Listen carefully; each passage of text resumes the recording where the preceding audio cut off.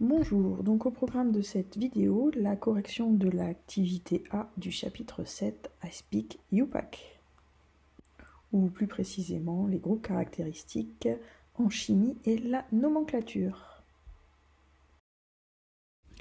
UPAC, qu'est-ce que c'est? En fin de compte, c'est un organisme regroupant un grand nombre de chimistes qui ont fixé des règles permettant de nommer l'ensemble des molécules de chimie, qui ont fixé, en fin de compte, l'alphabet du chimiste pour qu'à travers le monde entier, au niveau international, tout le monde parle du même langage et nomme de la même façon la même molécule, et ne nomme pas deux molécules différentes avec un même nom. Donc UPAC, c'est le nom de cet organisme, l'International Union of Pure and Applied Chemistry, donc l'Union internationale de la chimie pure et appliquée. Avant de parler de nomenclature et de nom des molécules, faisons un petit rappel sur les différentes façons d'écrire une molécule, les différentes formules. On a les formules brutes qui représentent en fin de compte seulement les différents atomes qui constituent la molécule, associés avec en indice le nombre de chacun de ces atomes. C'est la formule la plus simple, mais qui ne nous dit pas grand-chose. Ensuite, on a ce qu'on appelle la formule développée, la formule la plus éclatée, où on représente toutes les liaisons entre tous les atomes. Entre deux, la formule semi-développée, qui, en fin de compte, ne représente pas les liaisons entre différents atomes et les atomes d'hydrogène. Donc par exemple, les liaisons entre 3 atomes d'hydrogène et un atome de carbone sera notée CH3. On nommait les 3 liaisons CH. Pareil, sur l'exemple ici, la liaison entre l'oxygène et l'hydrogène en bout de molécule est oubliée. On note OH sans noter la liaison. Quand ces liaisons ne sont pas notées, c'est tacitement qu'elles sont des liaisons simples. Même chose avec, par exemple, l'ammoniac NH3. On ne notera pas les liaisons entre l'atome d'azote et les atomes d'hydrogène. Si on avait 1, on aurait appelé ça le méthane, 2, l'éthane, 3, le propane, 4, le butane, 5, le pentane, 6, l'hexane, 7, l'heptane, 8, l'octane, 9, le nonane, 10, le décane, ainsi de suite. Alors, comment fonctionne cette nomenclature UPAC? On a toujours une base, un radical, qui correspond à la chaîne carbonée la plus longue. Donc on identifie dans notre molécule la succession linéaire de carbone la plus longue. Ici, dans l'exemple, entouré en rouge, qui contient 5 carbones.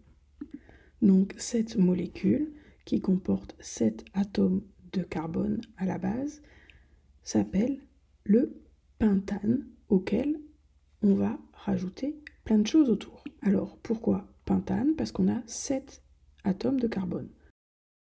Vous avez à connaître les racines, les alcanes de 1 à 8 par cœur. Alors pourquoi on se base sur le nom des alcanes? Parce que ce sont en fin de compte les molécules les plus simples qui contiennent que des atomes de carbone et d'hydrogène. Mais si sur cette molécule d'alcane de base se sont fixées des ramifications ou des groupes caractéristiques en milieu de chaîne, en bout de chaîne, le nom va se compliquer. Le groupe caractéristique va être indiqué en suffixe, et c'est ce que l'on va voir en détail dans l'activité. Et si on a des ramifications, des bifurcations sur la chaîne carbonée, qui contient 1, 2, 3 ou plus de carbone, on va indiquer ceci en préfixe. Ici, sur notre exemple, on voit encadré en bleu qu'on a une ramification contenant un atome de carbone. Ça va être donc un meth-il, meth étant la racine indiquant le 1, il, YL, ça indique que c'est une ramification. Et le chiffre 4 en début de nom, qu'est-ce qu'il indique? Il indique la position de cette ramification. En effet, la chaîne carbonée principale, la chaîne de pentane, les 5 carbones de la chaîne principale vont être numérotés de 1 à 5, soit de gauche à droite, soit de droite à gauche. Le choix est imposé par les règles UPAC. On va choisir le groupe caractéristique, ici C double liaison OH, sur le carbone qui a le numéro le plus faible. Donc ici, le carbone numéro 1 est le carbone à droite. Et à partir de là, le CH3 est donc positionné en position 4. On indique donc le 4-méthyl pentane OIC. Le OIC, on verra ça plus tard. Alors, je viens de parler de groupes caractéristiques. En effet, si dans une molécule, on n'a pas uniquement des atomes de carbone et d'hydrogène et des liaisons simples, on a ce qu'on appelle des groupes caractéristiques. Alors, le premier groupe caractéristique le plus simple est le groupe des alcènes. En fin de compte, c'est des doubles liaisons entre deux atomes de carbone. On va, à ce moment-là, remplacer la terminaison ane, A-N-E, à la fin du nom de l'alcane, par E-N-E, comme alcène. Et on indiquera devant le E-N-E la position du carbone sur lequel se trouve la double liaison. Ensuite, les molécules dans lesquelles apparaissent un groupement OH, un atome d'oxygène, un atome d'hydrogène, fixé quelque part dans la molécule. C'est ce qu'on appelle le groupe caractéristique hydroxyle. Ce groupe caractéristique, en fin de compte, forme toutes les molécules, tous les alcools. Si on a par exemple une double liaison avec un oxygène sur un carbone terminal, c'est-à-dire sur le dernier ou le premier carbone de notre alcane de base, on a ce qu'on appelle un groupe carbonyle, c'est double liaison O, terminal. Et c'est toute la grande famille des aldéhydes.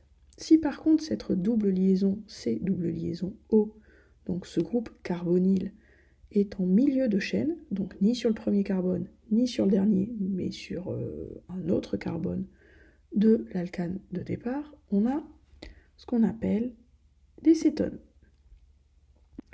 Enfin, le dernier groupe caractéristique, qu'on appelle le groupe carboxyle, qui est en fait composé d'un oxygène doublement lié à un carbone et d'un groupement OH lié à ce même carbone, ce qu'on appelle le groupement COOH.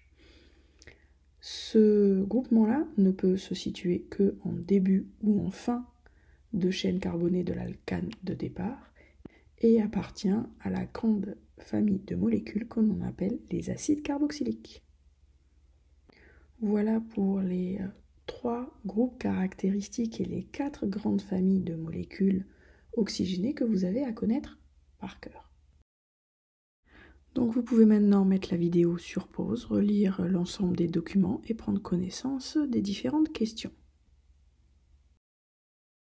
Donc première question, pour essayer d'appliquer tout ce que l'on vient de voir. Quel type de formule est utilisé dans le document 5 pour représenter les différentes molécules? Mettez la vidéo sur pause et à vous de réfléchir.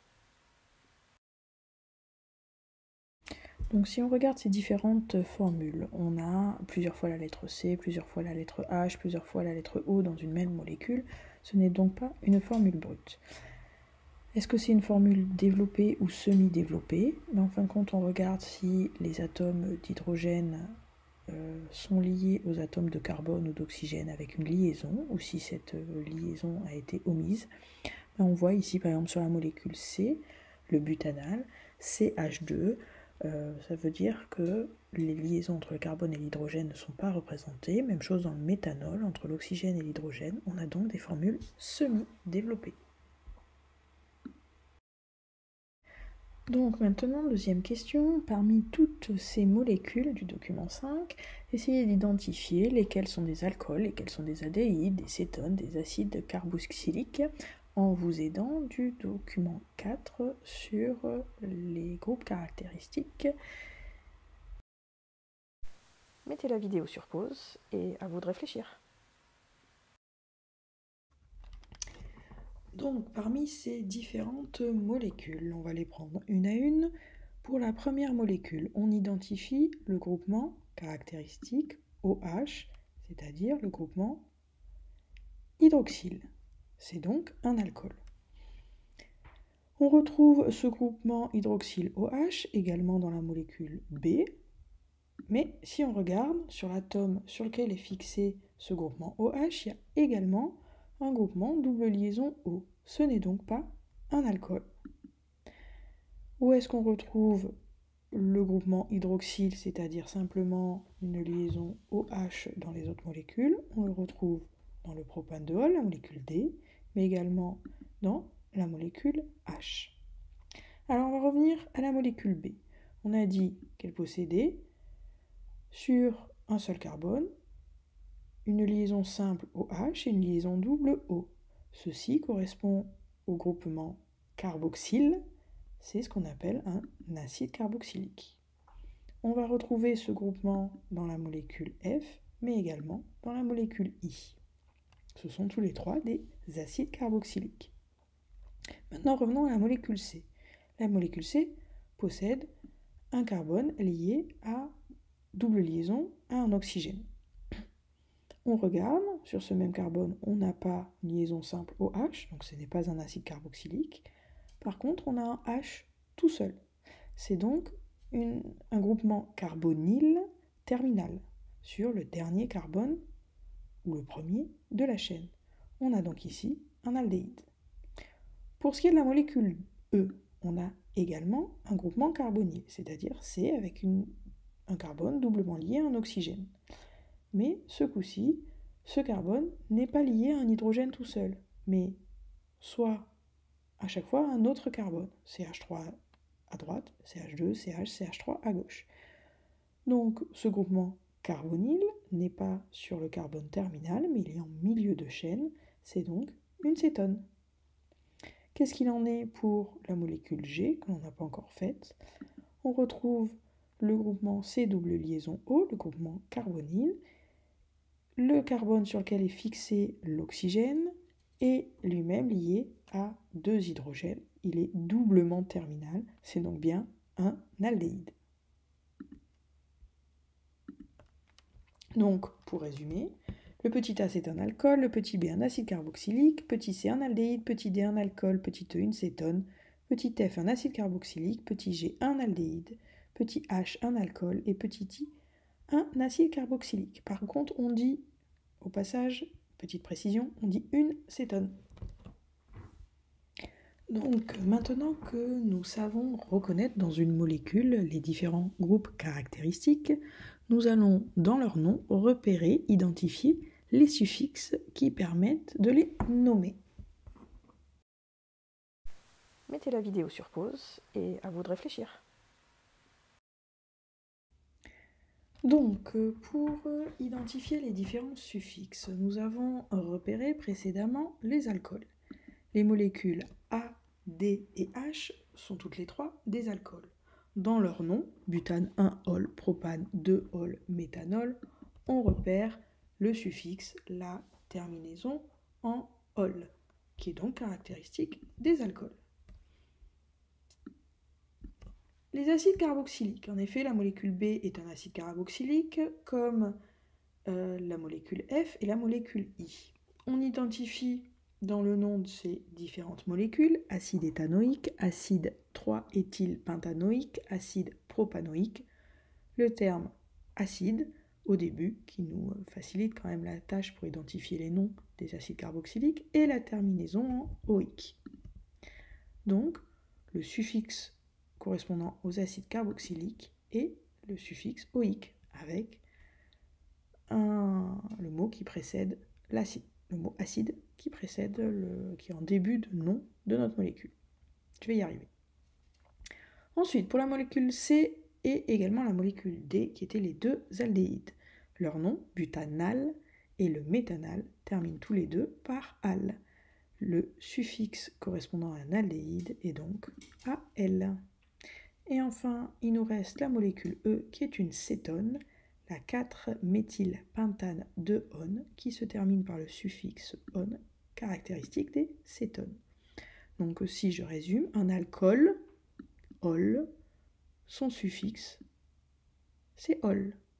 Un aldéhyde, al, son suffixe, c'est al. Une cétone, on, son suffixe, c'est on. Et pour un acide, son nom va commencer par acide, carboxylique, ic, son nom se termine par oïque. Voilà pour les suffixes. Alors, maintenant qu'on a fait le point sur les différents suffixes, on va identifier, faire le point sur les racines qui nous permettent de déterminer le nombre de carbone de la chaîne principale.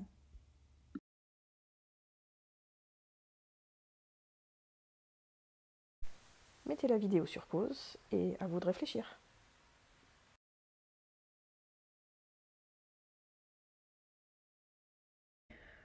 Donc pour identifier une racine, on va prendre les différents exemples les uns après les autres et on va compter le nombre de carbone que possède chaque molécule et on va voir à quoi correspond la racine.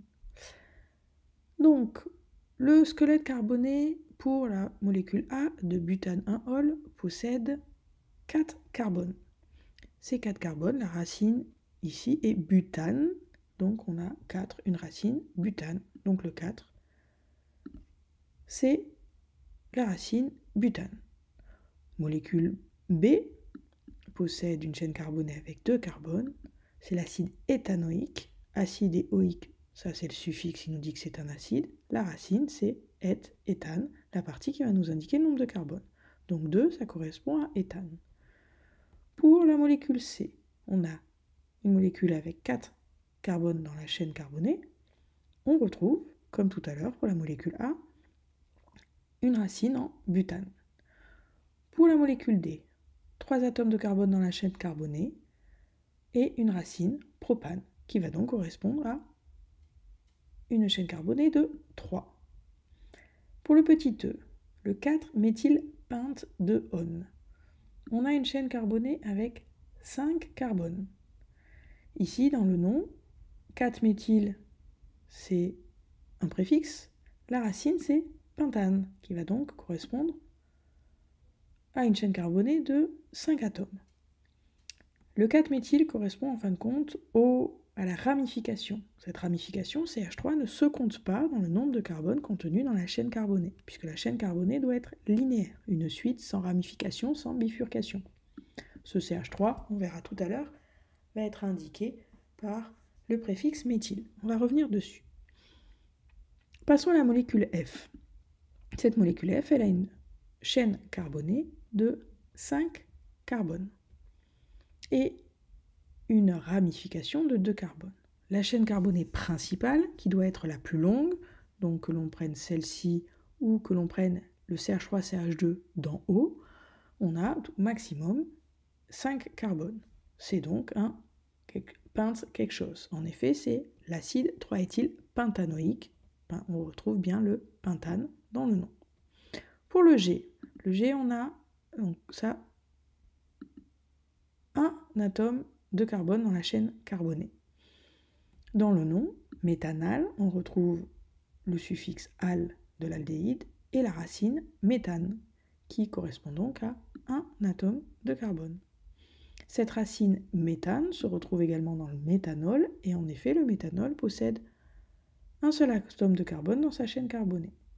Dans l'acide propanoïque, on retrouve 3 atomes de carbone et la racine propane, que l'on a déjà vu, qui indique qu'on a bien 3 atomes de carbone.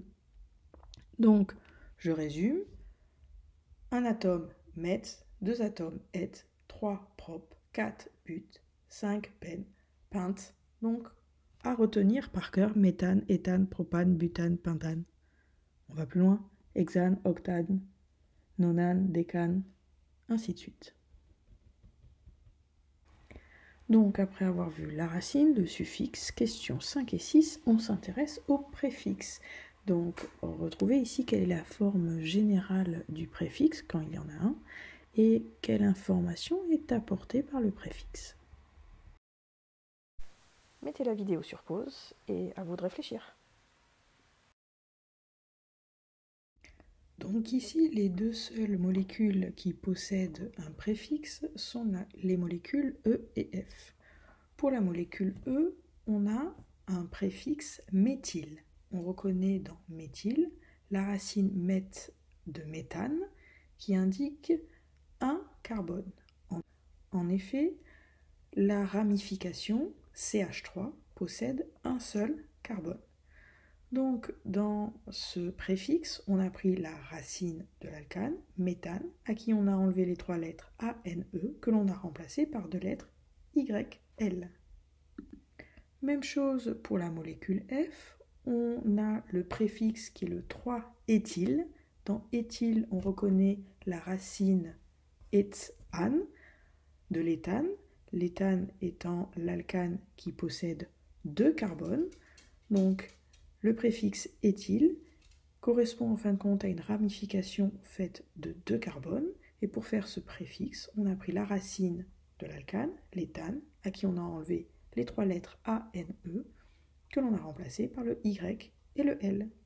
Tout ça mis avant la racine qui correspond à la chaîne carbonée principale, donc en préfixe.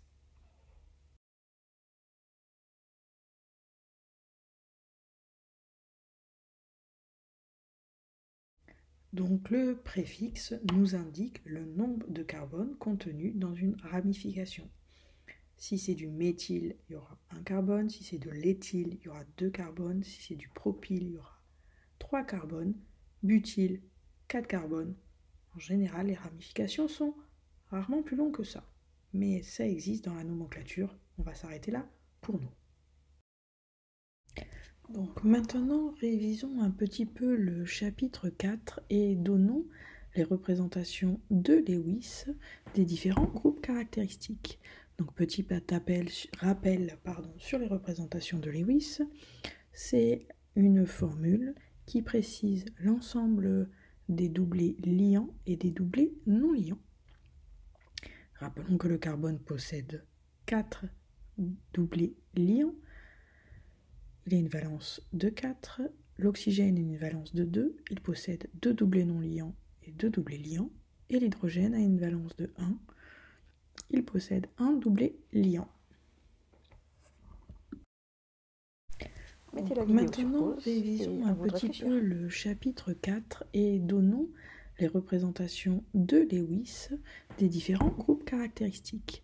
Donc petit rappel sur les représentations de Lewis, c'est une formule qui précise l'ensemble des doublés liants et des doublés non liants.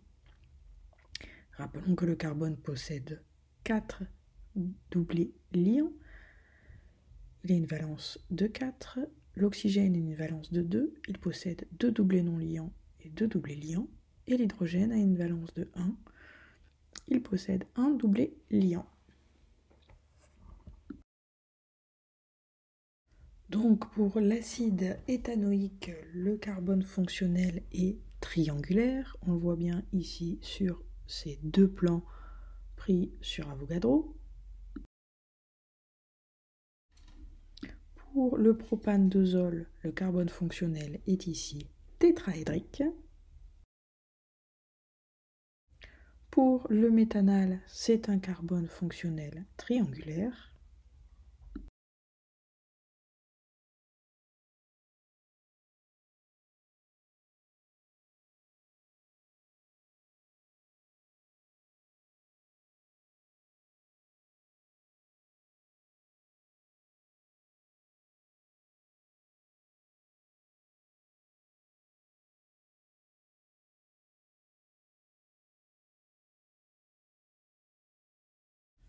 Donc avant de faire le modèle moléculaire avec Avogadro de la propanone, écrivons la formule de Lewis de cette molécule. Donc propanone, on repère ici la racine propane.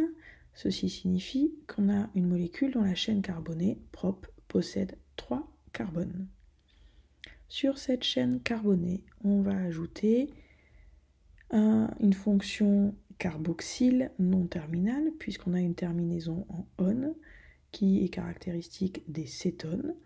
Donc on va rajouter une double liaison avec un oxygène, ni sur le premier carbone, ni sur le dernier carbone. Donc ni en position 1, ni en position 3. Forcément, c'est sur le carbone numéro 2, celui du milieu. Comme il y a une seule possibilité, en fin de compte, l'indication de la position sur le carbone 2 n'est pas indiquée. On pourrait très bien écrire propane-2-on, mais comme en fin de compte il n'existe pas de propane 1-on, de propane 3-on, c'est pas possible, et ben du coup, on est un petit peu feignant, on ne le met pas. Enfin, ne pas oublier de rajouter les hydrogènes pour compléter la valence du carbone à 4. Donc sur le premier carbone, il a une seule liaison, donc on rajoute 3 hydrogènes.